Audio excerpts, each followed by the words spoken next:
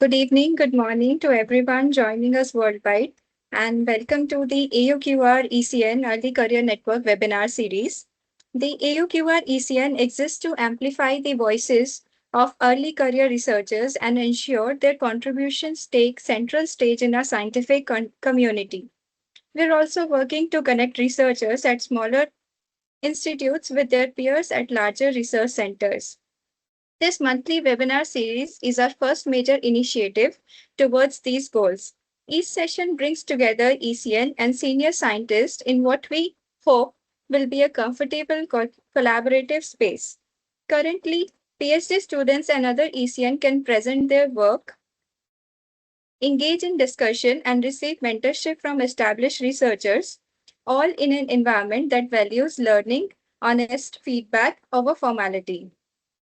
So today, I would like to welcome our speaker of the day, Dr. Sohan Kumar, who currently serves as assistant professor at the University of Petroleum and Energy Studies, UPES in Dehradun. Dr. Kumar earned his PhD from IIT Roorkee, uh, where his work is supported by PMRF Fellowship, Prime Minister Research Fellowship. His doctoral research focused on the rock weathering dynamics of the Garhwal Himalaya, employing a multidisciplinary approach, then incorporated metagenomics, uranium series, and cosmogenic radionuclide dating. His background includes MTech in applied geology from Kurukshetra University, along with the prior experience as a research fellow at Vadlia Institute of Himalayan Geology. So, with this brief introduction, I would like to hand over to you now, Dr. Son Kumar. Hello, Malika. Thank you for the sweet introduction. So I just wanted to reconfirm, is my screen visible to you? And is there this top panel is visible or not? So I just want to be invisible, this upper panel. Just give me a second, please. Yes, yes. Yeah, your screen is perfectly visible.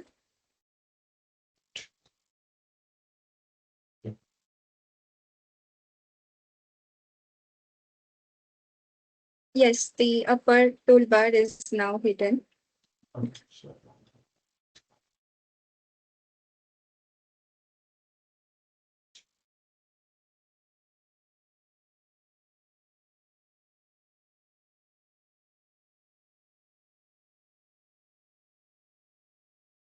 Yes, now this is perfectly fine. So hello and good evening, everyone joining this webinar series. I welcome you all to this Quartan Story webinar series, Stories. So uh, thank you a lot for the AOQR team for providing me this opportunity to showcase my research in front of the quaternary researchers across the country. My name is Sohan Kumar, and I have done my PhD under the Prime Minister's Research Fellow Scheme from the IIT Roorkee. And after that, I joined University of Petroleum and Energy Studies in Dehradun as a faculty member. In this presentation today, I'll be discussing about the climate tectonic interactions and their influence on weathering erosion coupling in the Garhwal Himalaya. The study highlights the preservation of in situ weathering profiles in the Himalayan region that serves as the archives for quaternary soil research, then how the tectonic structures and the orographic shift from lesser to the higher Himalaya influence rock weathering into this region, and ultimately how the weathering correspond to the erosional activities into this region. So in this presentation, I'll be first discussing about the introduction about weathering and soil production. Then I'll be going to the coupling between weathering and erosion, followed by the variability of climatic and tectonic conditions into the Himalayan region and corresponding variability of erosion rates due to this variability in climatic and tectonic conditions. Then the framework of this research and the findings, followed by some of the publications which have been published by this study that you may refer. So starting from the very introduction, weathering is basically the disintegration of rocks in situ that produce porous soil.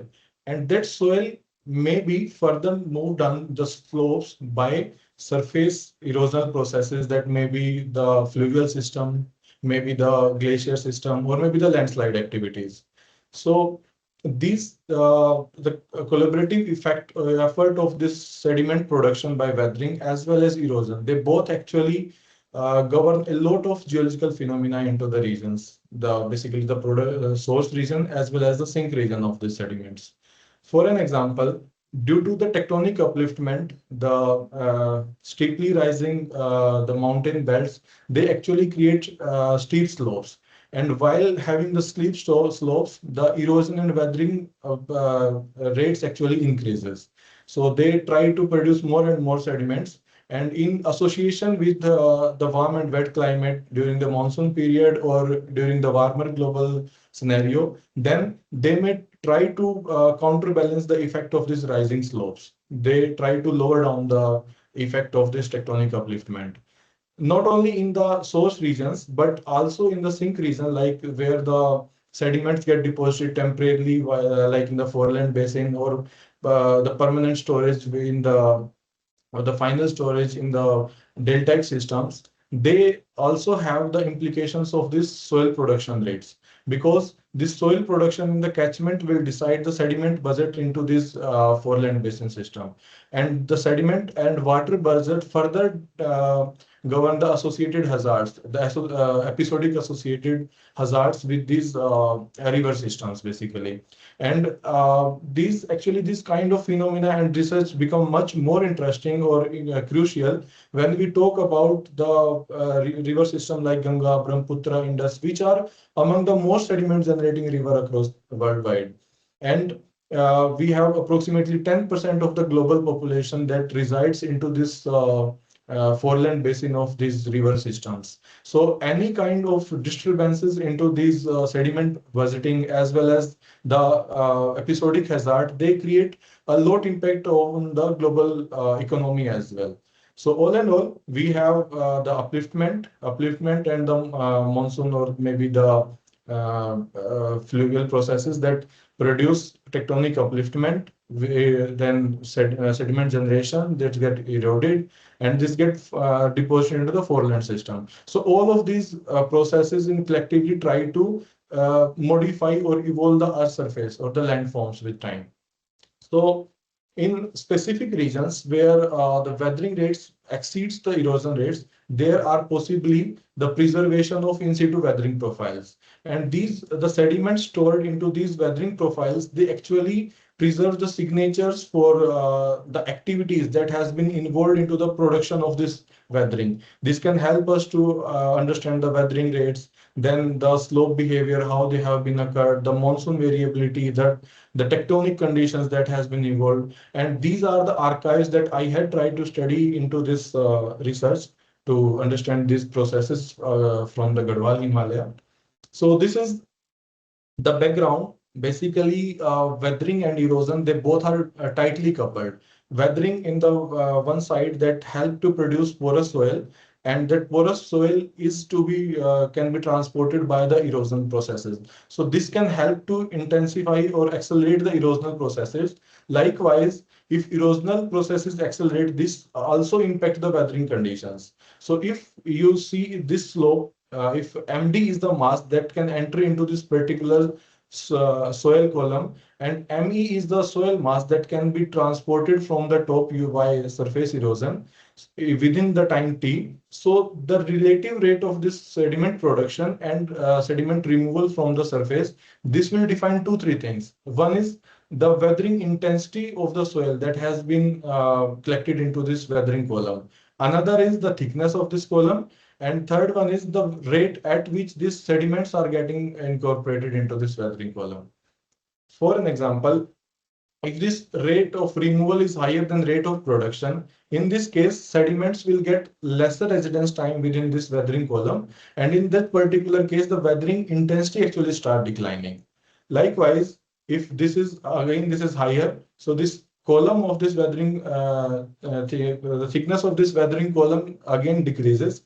And with the decrease, there is the direct interaction of meteoric agent with the fresh bedrock, and the minerals in the fresh bedrock are largely reactive. So the chemical weathering rate actually starts increasing. But this works up to a certain extent. After that, there is a decline in the chemical weathering rate. And this occurs because the thin soil patina over the fresh bedrock, this actually works like a sponge. So it can hold moisture and other weathering agents for a longer time that can give time to the reactive minerals to get transformed or altered by the chemical weathering. And in case of this, the patina has been removed, there will be the lesser residence time and lesser will be the reactive surface area for these minerals to get altered by chemical weathering. Thereby, the chemical weathering start declining. Another is like with the increase in this removal, we have the erosion that will be more than weathering. And in that particular case, the thickness of this weathering column actually declines. If they both are equal, then the thickness of the soil column remain stationary or equal, steady maybe. And this will be the condition of steady state condition when the thickness of soil column remain equal and weathering is equal to the erosion. Then if weathering is more than erosion, in this case, you have the like thickness of this vertical weathering column increases. And in that case, we have the preserved in situ weathering profiles develop. So these are the weathering profiles. And this is a typical example from the Himalaya itself. This is a classical example of a weathering profile, how it looks like. We have fresh bedrock at the bottom. Then while increasing distance from the bedrock, we have the chemical weathering intensity that is increasing. And ultimately, we have the transportable soil from the top region. So the contact between this weathered column and this fresh bedrock at the bottom is known as the weathering front, basically. And this is how these weathering profiles develop. So at any particular time when weathering initiates, the fresh bedrock remain exposed to the surface. And any soil parcel that remains stationary, it get altered by the weathering agents. So the weathering front propagates downward, and any rock or soil parcel that remains stationary. But with time, the distance from this soil parcel to the weathering front, it actually increases. So any soil parcel that is at the furthest point of the weathering front, it will be having the highest residence time. So in this case, the sediments here, this will have the highest residence time. The weathering front is here. So we can have the distance of the soil parcel from the weathering front. And if we can have the residence time of the soil parcel, then we can have the rate of downward propagation of this weathering front, which is basically the weathering rate here in this study. So we, for the first time from the Himalaya, tried to get this residence time by using the uranium series disequilibrium dating. In the next two slides, I have kept the uranium series dating technique, the introduction basically, and further at the top of these basically the weathering profiles, if we can have the surface erosion rate, we can understand the coupling between both erosion as well as the weathering. So that I have used 10 beryllium isotope dating technique. So in the next two slides, I have these two. One is the geochronology using uranium series disequilibrium dating, and another one is for the 10 beryllium cosmogenic radionuclide dating. So basically, uranium series is the decay series of both uranium 238 as well as 235 isotope that goes all the way to lead 206 as well. But in this dating technique, we generally use uranium 234, uranium 238, uranium 234, and thorium 230. And the basic premise lies in the this equilibrium of this decay series.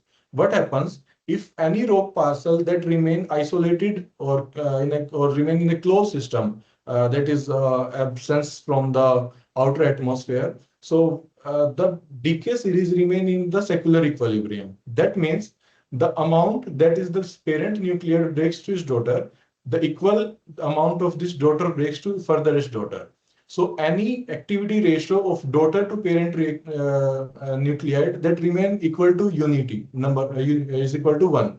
But as soon as it get impacted by the meteoric agents due to the relative leaching potential of different isotopes, like uranium 234 is more leachable than 238 and thorium 230 is immobile. So due to this relative leaching potential, this activity ratio actually breaks down. And in the response, due to increase in thorium and decrease in uranium concentration, we have the activity ratio of thorium by uranium is more than unity. And with the intensification of weathering, it starts increasing. Likewise, we have the uranium 234 by 238 activity ratio less than unity values. So using these activity ratio values measured from the laboratory, we can solve this equation where we have to quantify basically these input and dissolution coefficients. So what we do, we have these blue dots that are represented here by they are the laboratory produced value of these basically the activity ratios. So using this uranium series gain loss model, we try to establish a best fit to the laboratory values, and the values of these coefficients that produce the nearest values to the laboratory produced values. So these will be considering as the solution sets. And using these solution sets into this equation, we can have this time. That time that has been incorporated or as past since this disequilibrium has been started. So ultimately, this is the weathering age. And now we have the height from the weathering front. So we can have the weathering rate as well, the downward propagation of weathering front. So another technique is this 10 beryllium based cosmogenic radionuclide dating. In this technique, we have the meteoric 10 beryllium and the in situ 10 beryllium component of the 10 beryllium isotope that has been produced by the bombardment of primary cosmic ray into the atmosphere. So they are the two different kinds of 10 beryllium that can be produced. One is in the atmosphere, that is by the bombardment of this cosmic ray into the oxygen 16 isotope present in the atmosphere. So with time, we have the generation or the production of this 10 beryllium meteoric, and that can fall out by the precipitation or other processes at the Earth's surface. Another is the production of 10 beryllium within the quartz minerals near the Earth's surface. So in this case, the oxygen 16 that has been taken from the quartz mineral, again, the 10 beryllium is produced by the cosmic ray spallation. But now in this term, this is called as the 10 beryllium in situ. So both can be used to have the erosional, to calculate the erosion rates. But in the case of 10 beryllium in situ, this 10 beryllium meteoric is basically is treated as an impurity and has to be removed by the acid leaching process. So once we have the different component of 10 beryllium in situ component measured from the Earth surface minerals, so it now helps to have the calculation of erosion rates.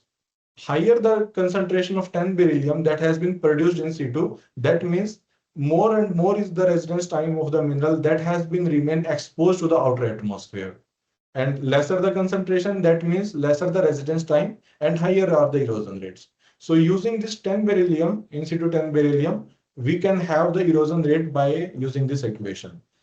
Here in this equation, this P0 is basically the cosmic ray cosmogenic production rate at Earth's surface. And this is the characteristic of the location itself, because it depends upon the latitude, longitude, time, elevation, and various kind of shielding parameters like the vegetation shielding, maybe the snow shielding, you may have the topographic shielding as well. So once we have all these values with us, then we can have the solution of this equation and we can have this value of eta here, which is the erosion rate. So I have used Cronus Earth Online calculator to have this erosion rate with me. And using these both techniques, I have done this study basically. So yes, next in this slide, I have tried to show how the climate and tectonic conditions are varying into the Himalayan segment or the Himalayan mountains, and how they are affecting the erosion rates as we move further into this presentation. So to show this, I have used these four swath profiles. They are the topographic swath profiles from west to east, basically across the arc of the Himalaya. So we can see, at least in the western and central Himalaya, the topography rises in steps. You can see there. And these steps are basically defined by, governed by the major tectonic structures in the area, like HFT, MBT, MCT into this Western Himalayan region. Likewise, some of the windows into the central and this Nepal Himalayan. So in the Bhutan Himalaya, there is not any step kind of topography, but the gradient is comparatively higher than this low step increase into this Western Himalayan system. So this topography rise basically interacts with the southwest monsoon.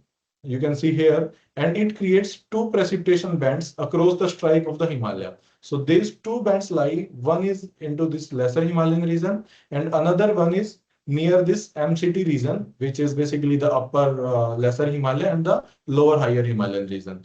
So this there is a shift from humid in the lesser Himalaya to there is the like drier to semi-dry, semi-arid conditions into the upper higher Himalaya as well as in the Tethys and Trans-Himalayan region.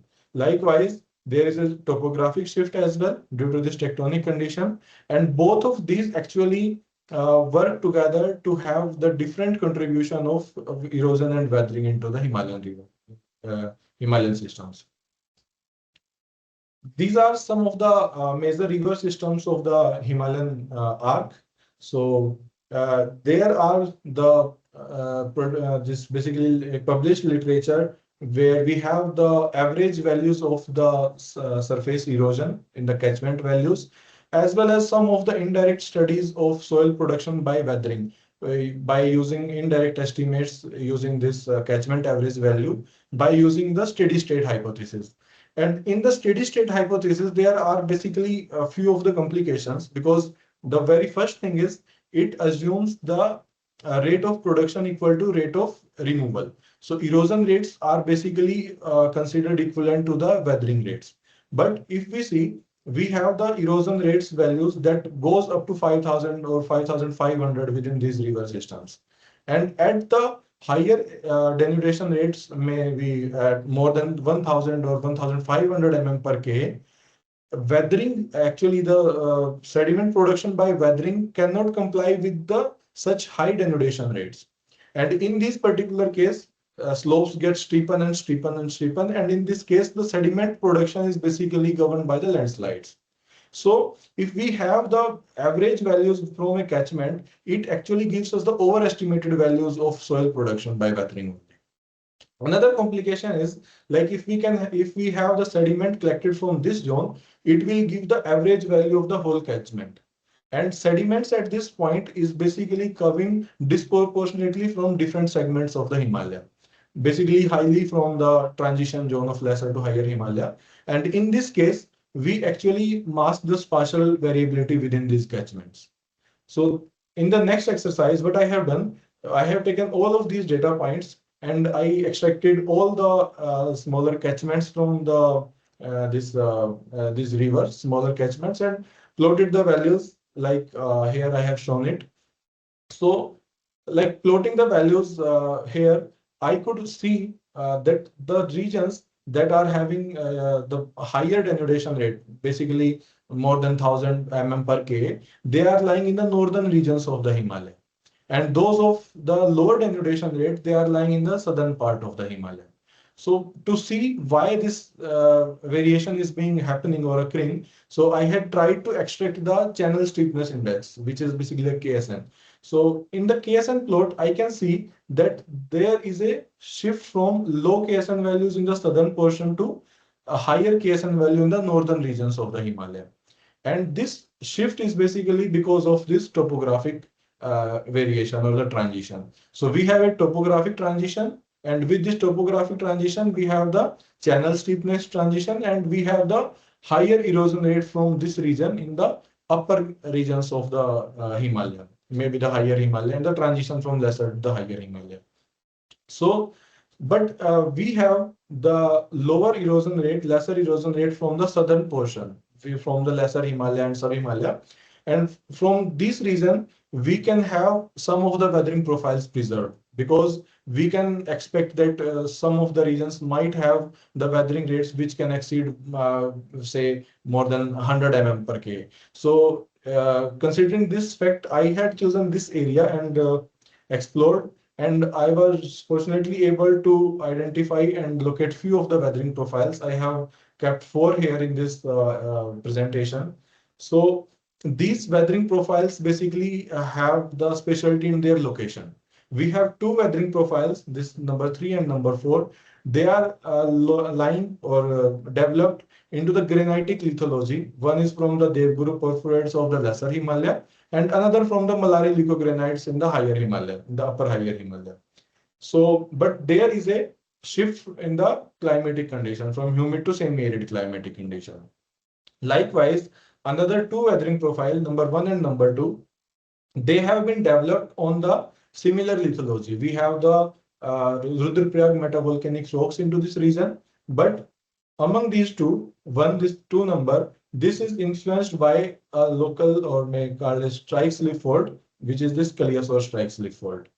And this is a large structure into this region. This has been developed a lot of fault gauge and these things.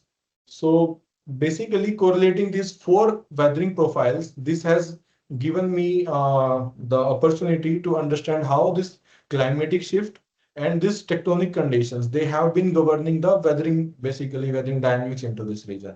And ultimately, in these regions where these weathering profiles have been developed, I use another technique, 10 beryllium technique, just to make sure that our data sets are precise and good to publish, because we are using these techniques first time from the Himalaya. So I had used 10 beryllium technique as well from the surface samples as well as from the smaller catchments to understand the weathering erosion coupling into this Garhwal Himalayan region.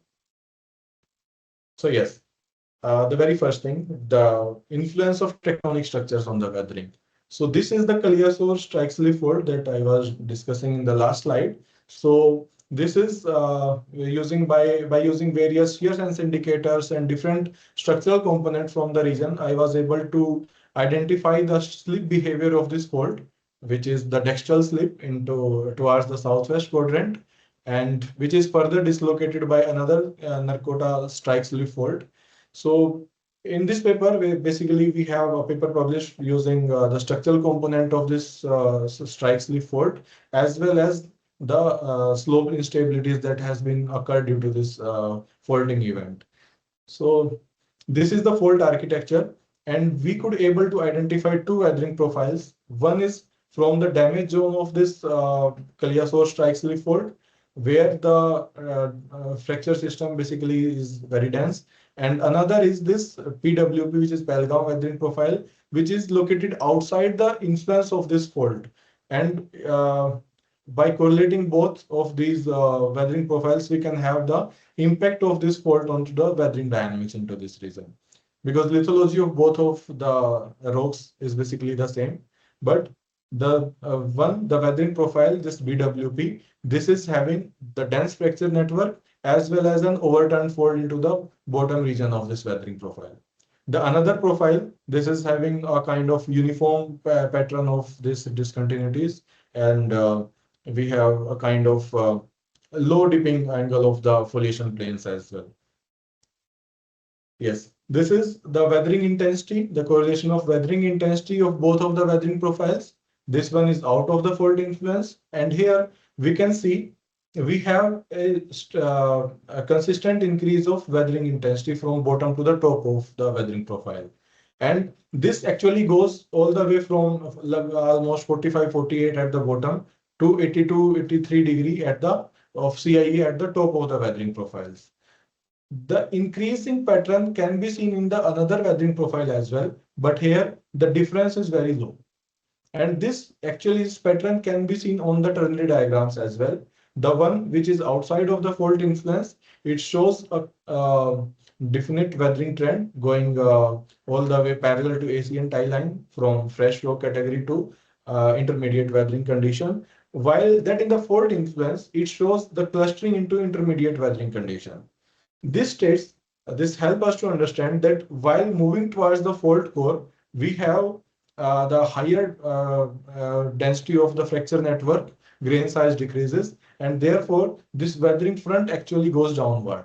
Because due to dense fracture network, this basically the fluid flow that has helped to weather the rocks up to the bottom of the weathering profile. Therefore, we are encountering the weathering rocks as well at the bottom of this weathering profiles. So the very next thing that we did using these two weathering profiles is their weathering rates. and weathering edges using this uranium series isotope dates. And here, the very first thing that we can see is the weathering rate. The difference in weathering rate is approximately 3 times higher in the fault vicinity as compared to that of the fault out of the fault influence. So again, this is because of the rapid weathering that has uh, been occurring due to the dense fracture network and the percolation of meteoric agents. But it is another thing that we can see is the weathering edges. In the fault vicinity, the highest weathering edge goes in between the 90 to 100 K time period. And these were the times when this fault was last active. This last activity dates were established by Ray and Srivastava in 2010. So uh, when in the next exercise, when I tried to see the mobilization behavior of various elements within this weathering profile, we could see there are some breaks into the mobility pattern of different elements. So these jumps, basically the first one at the bottom, this break, this is because of the overturned fold at the bottom of this weathering profile. But for the next break, which is the more prominent one, I'll again take you back to this weathering edges. They are these four samples that are showing this break in the trend, and they are having the similar weathering edges. And these weathering edges are again aligned with the fault activity. So we could see that this portion of the weathering profile, this has been existed before the last faulting activity occurred. The faulting has just mixed up the strata, and then the rest of the profiles developed thereafter. So by using the correlation of these two weathering profiles, we could understand the weathering behavior, which the weathering front goes downward in the fault core. Then we have the higher weathering rates. We have the correspondence of elements with the structural heterogeneity into the weathering profiles. And also we have tried to understand the element flux as well. So we have approximately more than 2 times higher element flux that has been releasing in the vicinity of the fault as compared to that of the comparatively tectonically stable regions. And for this work, you may refer this paper into the global and planetary chains. Yes. Further, to understand the orographic or climatic controls on weathering, we have these two weathering profiles. One is from the lesser Himalaya and another is from the higher Himalaya. And lithologically, the protolith of both of the rocks, the weathering profiles are basically the same. But the actual difference lies into the first is the thickness of this weathering profile. From the lesser Himalaya, we have a full-fledged weathering profile up to the thickness of 6.9 or 7 meter. But in the higher Himalaya, we can see this portion of this weathering profile is basically comes under the category of fresh to slightly weathered rock. And the actual weathering profile basically goes upward from this zone only. And when this can also be witnessed by the chemical weathering intensification variation, we can see from the lesser Himalayan weathering profile, there is a consistent increase that goes from say 50 to 70 to 73 degree, while in the higher Himalaya, we are having kind of fresh to least sheltered rock up to the depth of 1.4 meter. And rest of the profile is showing the increasing pattern in the weathering intensity. Again, the weathering intensity is also lesser than that of the lesser Himalayan weathering profile. These are the ternary plots, and the interesting thing that comes out from this study comes again from the weathering rates. If we took a general look, we can see that the weathering rates of both is approximately similar. One is having 60 mm per K, another is having 50 mm per K. But as I mentioned earlier, with increase in the column of the weathering, basically weathering column, the increase in the thickness of the weathering column, the direct interaction of the meteoric agents break up with the fresh rock. And in this case, weathering rates actually start declining. And to make both of these weathering comparable, I tried to have the equal thickness of both of the weathering profiles. So using this exponential decay model, I just tried to extrapolate this weathering depth up to a depth of 6.9 meter. And by doing so, now I have the average weathering rate of 16 mm per K. And now it is comparable with the lesser Himalayan weathering profile. And from this, we can see that the lesser Himalaya, from the lesser Himalaya, the in situ weathering rate, the soil production rate is approximately 3.5 times higher than that of the higher Himalayan region. This is because of the climatic condition. We have the humid climate condition within the lesser Himalayan zone and semi-arid climatic condition to the higher Himalayan weathering zone. Another interesting things comes from the upper, basically the range of the weathering ages. From the higher Himalayan region, we have the maximum weathering age preserved up to the 60K, while in the lesser Himalaya, it goes up to 270 to 80 kilo in time period. So this is because in the higher Himalayan region, this region was basically covered by the glaciers by the time of 63K K times.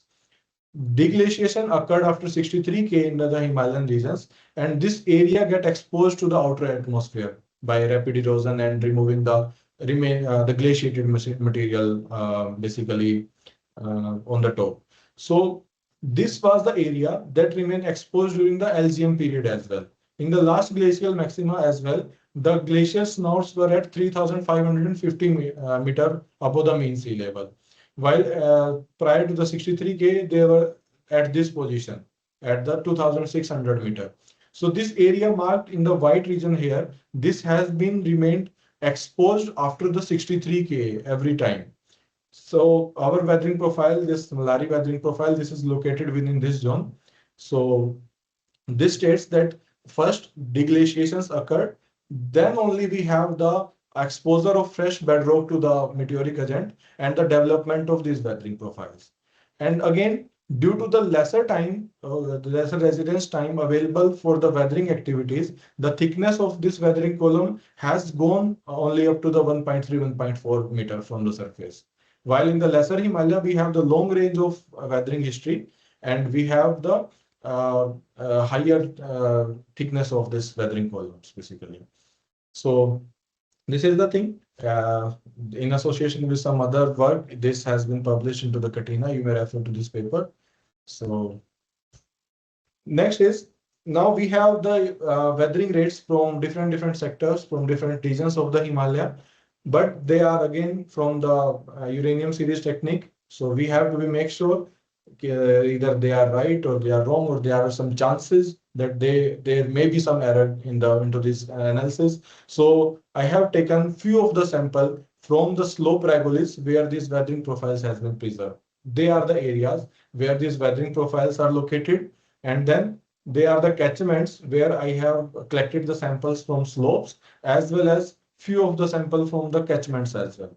So we have two catchments. One is this Lastargad, which is a tributary of the river Mandakini in the Kedarnath Valley. Then another is this, which is dominated by the quartzites of this Berinag formation. They are the longitudinal profiles of the river, and these are the results of erosion rates, basically. So we have the erosion rates of up to 21 mm per Ka from the top of this, where the regions where this weathering profiles has been preserved. This is the case of granite weatherings. In the quartzite, we have the erosion rates of 13 to 15 mm per Ka. But these erosion rates are slightly higher from those slopes where we have the signatures of soil creep. Here, the erosion rate in the granitic terrains is 62 mm per Ka, and where the soil catina is very thin. Here, the erosion rate is 43 mm per Ka. These erosion rates are less than the values that has been observed along these river catchments. And in the river catchments, there is the variability as well into these erosion rates. We have the highest erosion rate from the larger catchments. Likewise, we have the higher erosion rates from the upstream catchments of these regions. Then comes the regions where weathering profiles are preserved. And after contributing the sediments from these regions, the erosion rates get buffer down. And now we have the erosion rates which are in the range of 24 or 32 mm, which are comparatively lesser than the higher catchments, the larger catchments, as well as from the upstream regions of the smaller catchments. Similar can be seen from the another catchment as well. Here also, the lithology is dominant by quartzite, And we have the erosion rates of 27 to 25 mm per K from the upstream regions. Then by contributing the sediments from this uh, the weathering profile preserving regions, they are contribute 13 to 15 mm per K, and the weathering rate, sorry, the erosion rate actually declines up to 17 to 15 mm per K. And these are the regions that lie into that zone of the Himalaya where the channel steepness indices are lowest into this whole catchment. Next, I have tried to correlate these erosion rates with the weathering intensities as well. So for this, I have used chemical index of filtration as well as chemical depletion fraction. And both are in direct correlation with each other, but in inverse correlation with the erosion rates. That helps to understand that while the residence time of soil increases into the weathering column, they get more residence time, they get more altered, they have the higher degree of chemical alteration, but by increasing the residence time, the erosion rate starts decreasing. So this is the thing. So from this, we have the spatial heterogeneity of erosion rates within the smaller catchments as well from the lesser Himalaya. And yes, we have the region from the Himalaya where these erosion rates are much lesser. And in fact, they are the lesser than the weathering rates. Thereby, this region sustains thick weathering columns into this region. So these weathering columns may be posed to sediment storage. They can be transported by some of the, you may call it extreme events as well. So they are very critical to have us the quaternary history, or maybe they are the archives for better understanding the climate tectonic condition or another like climatic variability into the history. So yes, this work is under review into the Journal of Geomorphology. This is a teamwork. There has my supervisor, PhD mentor, Professor Pradeep Srivastava from IIT Roorkee. Dr. Rafiqul Islam is a retired scientist from Wadia Institute of Himalayan Geology. He actually led this idea of variability of weathering from lesser to the higher Himalaya. Dr. Anil Kumar, he is associate professor in GNU, and my fellow colleague, Mr. Bibu Kalyan Acharya from IIT Roorkee. There are few of the publications that you may refer from this work. And yes, my acknowledgement goes to IIT Roorkee, then Wadia Institute, IUAC, where I have done this 10 beryllium work, funding agencies, MOES, Ministry of Education, and obviously the AOQR, which has given me the opportunity to present my work in front of you. So thank you very much. This is from my end. And now I'll be happy to take some of the questions or suggestions from the audience.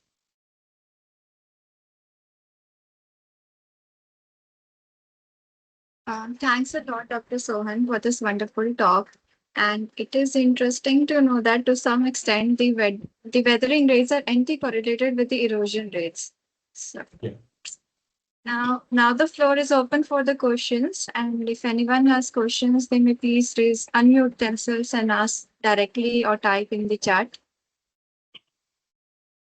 Can I ask you a question or Sure, two sir, questions? sure. Thank you. Sir. One thing you said about that fault thing, that your weathering intensity is 3 times more at the faulted area. Sir, weathering rate, not the weathering Yeah. intensity. Weathering rate was 3 times more. Why it Right. is 3 times and why not 4 times? Sir, Why not this is 5 times? basically yes, this is basically a number that we got from the No, quantification I want studies, you to basically. explain me the number. Why is 3 or 5? Have you tried to model the number? Uh, I don't think so, but this might be because of the kind of the maybe the fracture systems could have be the 3 times higher than the another No, weathering profile it outside. may be worthwhile to explore this aspect because it Yes, may sir. tell you a bit more of the processes going on inside. Right. And so if you That's look true. at the fault gauge, that area you sampled, what could be? The second thing is you've been telling about weathering intensity and weathering rates. This Right, has sir. to be integrated. You have to say always over which time period. You have made it universal time period. It's not so because you only said that 60,000 to 4,000 stage 4 was the highest glaciation, right? When there was no weathering going on. So you have to specify what time scales you're talking about. That I did not hear from you. What are the time scales you're talking about?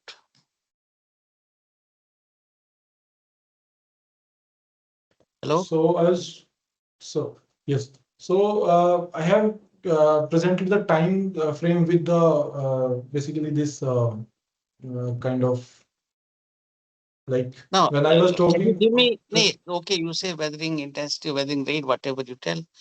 What is the time scale I'm looking at? Because the Sir, climate has changed, tectonics has changed.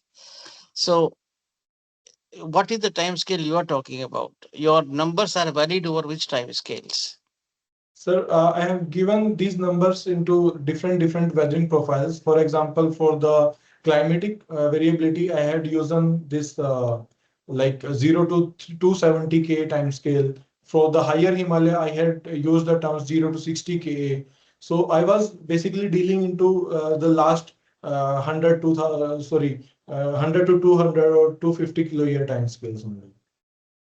So for 250,000 years, your weathering rate has remained constant, or constant at 60 millimeter to 60 millimeters per year. Is it per kilo year? No, sir, no. No, actually, we had tried to see the variability with climatic conditions as well, but this is the limitation of this model because if I can show you the modeling technique, uh, So then yes, how here. did you go? So my question was how do you take it further? So we actually use the average weathering rate across the whole of the weathering profile because due to the assumption of No, wait, constant no, input and see, dissolution what I'm coefficient. saying is average weathering rate, because in Himalaya you have varied kind of lithologies, right? Right, sir. And you have average So weathering rate you are talking at one point, let's say. no, Now, I'm using how do I scale it up? from How do I different. scale it to understand the erosion rate that I get from beryllium 10 in situ produce beryllium 10? How do I, Uh, because those are much too smaller, about 5 millimeter, 10 millimeter per year. Sir, Beryllium. can you please repeat the question? I just skipped your last statement, what you are saying. No, can you, how do you scale it up to the basin scale, your measurement? Okay, so in terms of the basin scale, basically, that's why I have basically these are the point-based studies, sir. They are the Yeah, preliminary that's what I, studies yeah, that's the from reason I'm Himalayan asking region. you. Yeah, because so many rock types, so many, how do you then scale it up to a basin scale? So for the basin scale, we have to have more data set to be produced from the Himalayan region, number one. Number two is by using the average from the granite, average from the metabasalts, and using different components of structural conditions associated with these values, we can have some of the modeling technique to have the landscape evolution or this kind of stuff from in the on the overall larger basin scale studies basically. But now, until now, we have only the point-based studies. We have very Yeah. limited numbers with us. So for the basin scale, we need much more data sets. But this is a preliminary study that actually defines that there are the preservation potential of these weathering profiles, and we can have the weathering rates from this kind of exercises or studies. Okay, thank you. Right. Thank you very much, sir.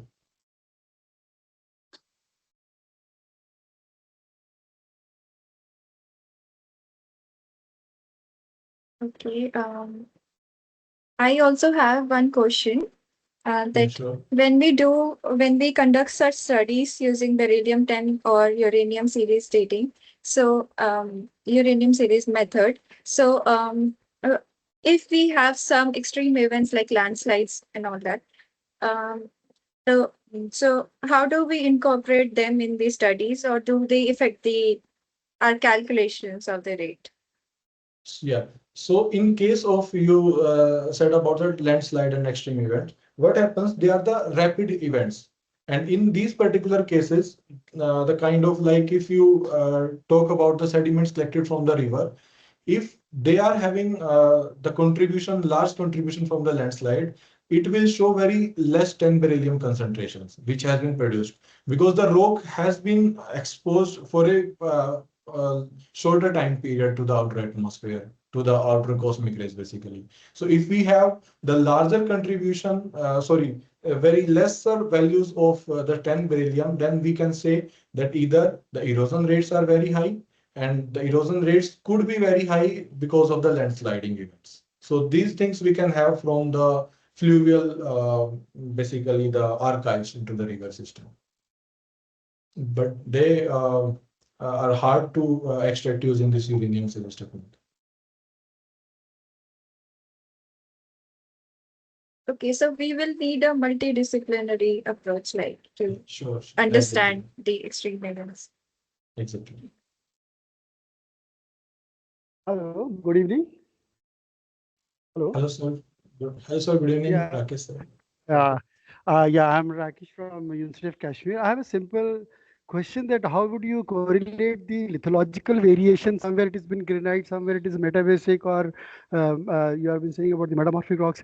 So these lithological controls and the weathering rate I just want to know about the correlation between the different type of lithologies and the climate variability as well as the tectonics also.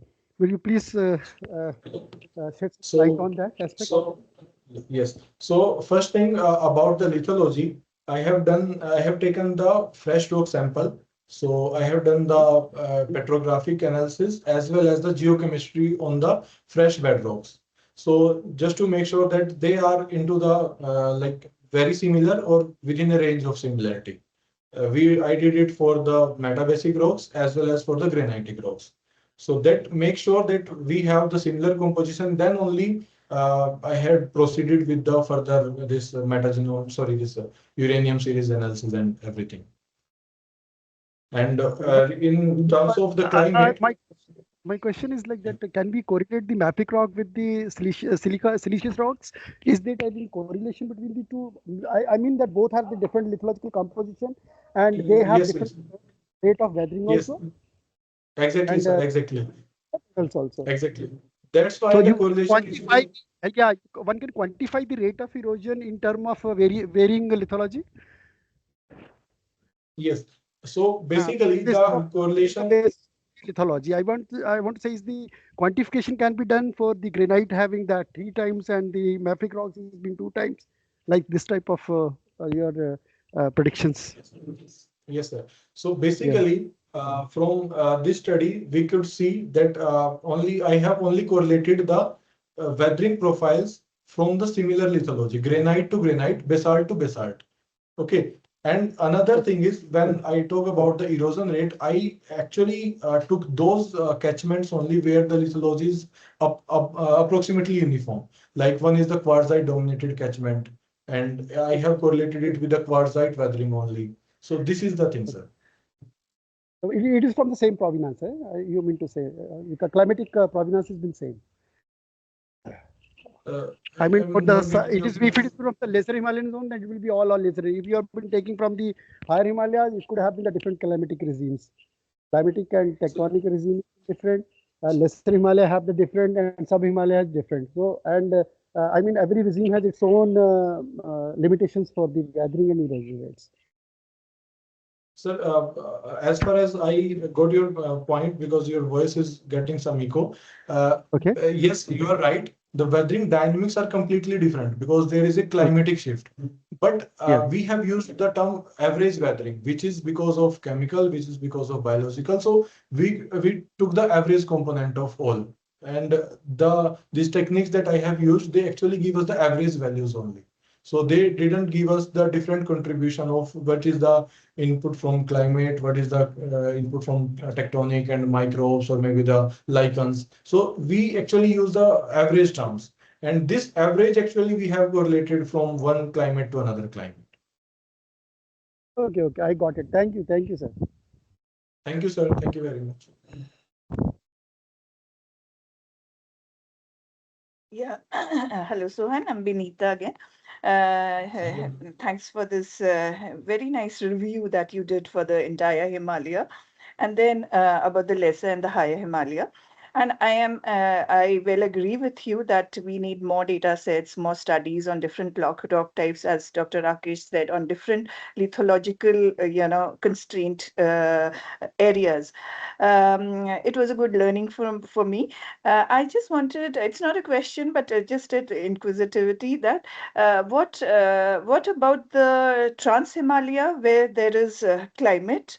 There is topography, there is no vegetation, everything is like, and then the Indus-Uchi zone and Karakoram. Are there any kind of studies from there also? So is are the rates, 10 times as we see in the lesser and the high Himalayas, or how are they? So basically, ma'am, from these regions, we have the lesser contribution of chemical weathering, but higher contribution of the physical erosion. Because we have the drier climate, we have the absence of vegetation, lichens, moisture. So in absence of these conditions, like if I talk about the Ladakh batholith granitic or granodiorite rocks, they have they contribute heavily to the sediment system, but the sediments are very less weathered chemically. They are very less altered. So the physical erosion or physical weathering component is comparatively higher. And in fact, it is, but the highest is from the upper lesser Himalaya or the yes, sorry, the this higher Himalayan region. This is established fact. Yeah, sure. We were in the field recently in the Gangotri Valley, and there we could just see it, like so much of rates. Otherwise, like in the sediment, of course, and of course in the lithologies that you're talking. So chemical weathering would be, very high. So thank you so much. Just Thank you, ma'am. that one.